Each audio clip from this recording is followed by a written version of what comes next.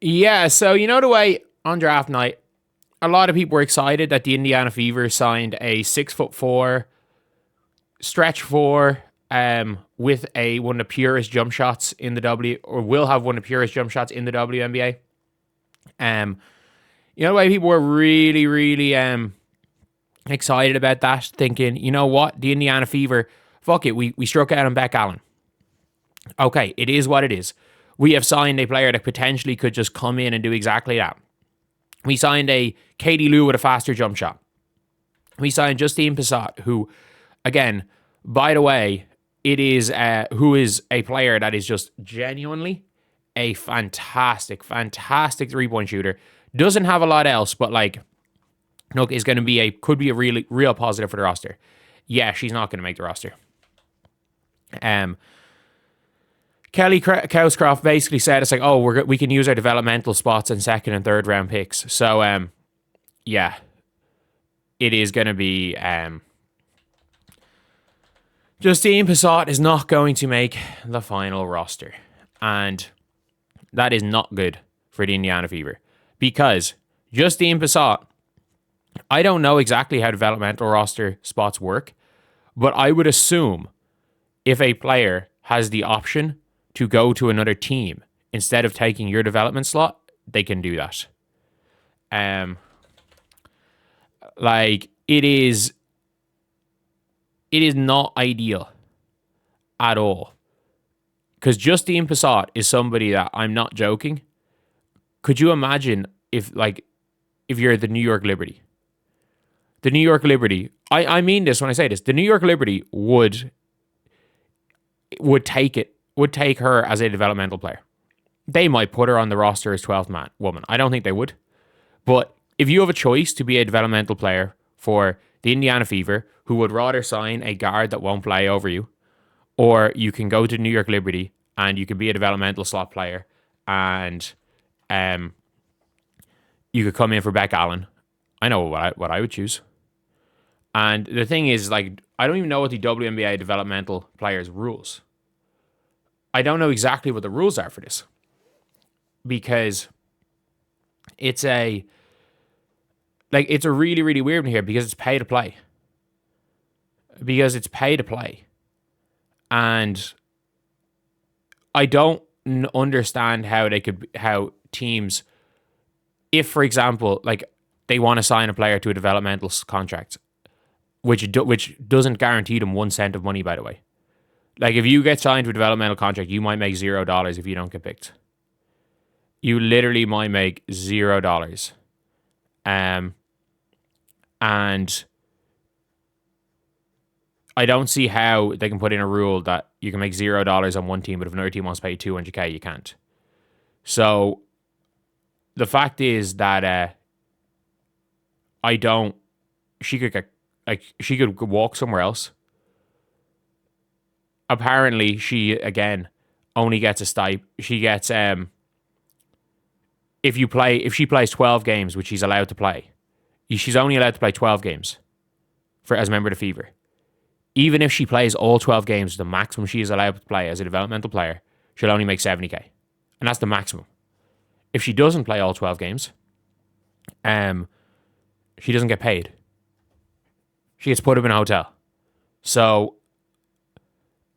like, the fact is that I'm guessing players will be allowed to just say, fuck that shit, I'm not playing. I'm not signing a developmental contract slot. And I think if you're a player that you feel like you can make a roster, you'd be dumb to sign a developmental contract slot. I genuinely think you would be. Because, let's be real, teams with cap space can sign you to a full contract of injuries. Like, they don't have to call up from the developmental pool. It is basically something where, look, I genuinely do think when it comes down to it, people call it it's like a two-way contract. With the amount of money difference, if you feel like you have a shot at making the league, don't sign it. Like, it's as simple as that. With how little money there is in being a developmental contract, and also how difficult it is to call up. It's not like the NBA where it's a lot easier to convert a two-way to a regular contract money-wise. It's very unlikely a developmental player gets gets called up. It's very unlikely a developmental player gets their contract converted to a full contract. So the expectation is if you see someone in a developmental slot, they're not going to play. And like the developmental slots are cool and all, but like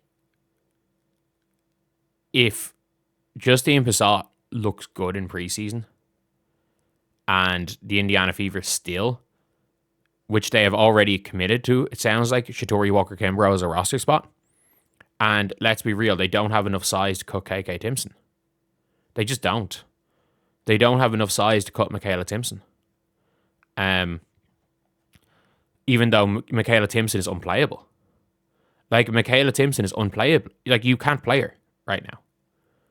Like, you actually can't play Michaela Timpson. And we're now looking, and we're like, she's just not going to make the roster.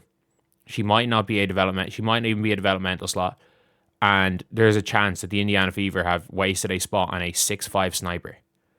On a 6'5" sniper who what you call it? Or a 6'4" sniper who goes and plays for somebody else. There's a non-zero chance that Justine Passat plays for a different team this season.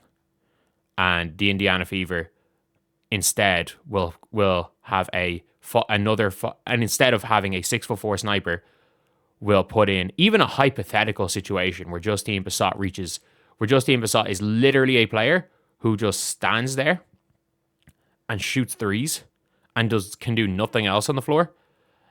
It's better than having a 5'9" guard who will not get on the court. Because for Shatori Walker-Kimbrough to play, it means that 3 guards have to be injured. Because you do realize, like, Sophie Cunningham is in the guard rotation, Lexi Hull's in the guard rotation, Raven Johnson's in the guard rotation, Ty Harris in the guard rotation, Kelsey Mitchell's in the guard rotation. And you would assume Kelsey and Caitlin are playing 30 minutes a game each. So unless Caitlin and Kelsey's minutes start with a 2, then still, and Raven Johnson's minutes are less than 5, and Ty Harris's minutes don't start with a 1 or in single digits. Like, Shatori Walker-Kimbrough is not going to play. Michaela Timpson's probably not going to play either.